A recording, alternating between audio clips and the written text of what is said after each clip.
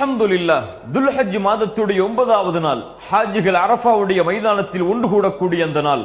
அல்லாஹுடைய தூதர் சொன்னார்கள், அரஃபாவுடைய தினத்தில் அல்லாஹ் ரப்புல் ஆலமீன் அதிகமான மக்களுக்கு நரக விடுதலையை அளிக்கிறான் என்று.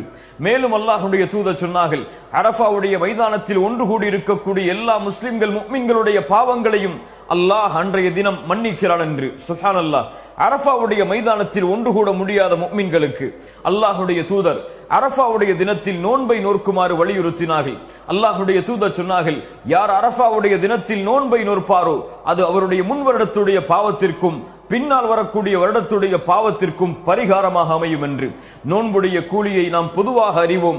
அல்லாஹுடைய தூதர் சொன்னார்கள், யார் அல்லாஹ்வுடைய முகத்தை நாடி ஒரு நாள் நோன்பு வைக்கிறாரோ 70 ஆண்டுகள் அல்லாஹ் ரப்புல் ஆலமீன் அவருடைய முகத்தை நரகத்திலிருந்து தூரமாக்குகிறான் என்று. அல்லாஹு அக்பர். அரஃபாவுடைய நோன்பை நோற்போம், அல்லாஹ்விடத்திலே பாவ மன்னிப்பை பெறுவோம்.